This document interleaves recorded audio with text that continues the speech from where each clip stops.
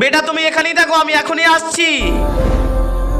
এই তাড়াতাড়ি মালগুলো তুলে ওখানে রাখো। সাহেব পুরো 1 মাস হয়ে গেছে কিন্তু তুমি এখনো মাইনে দাওনি। রমজান তো শুরু হয়ে গেছে, এখন মাইনেটা দাও। মাইনে ঠিক আছে, কাল সকালে দিয়ে দেবো। ঠিক আছে সাহেব, আমার ইফতারি কিনতে হবে। এই গরিব ছেলেটির 1 মাসে 20,000 টাকা হয়ে গেছে, কিন্তু আমার কাছে তো 1 টাকাও নেই। ওকে কিছু করতে হবে।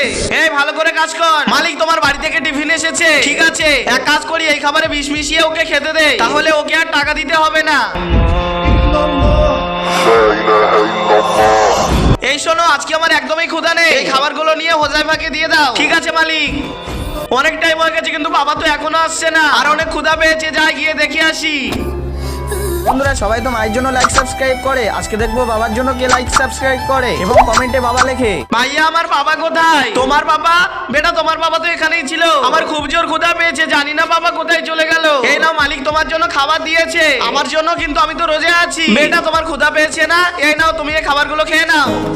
जानम फिदा ये है तेरी। আরে ছোটে কি হয়েছে তো? তুমি তাড়াতাড়ি যাও, মালিককে ডেকে নিয়ে আসো।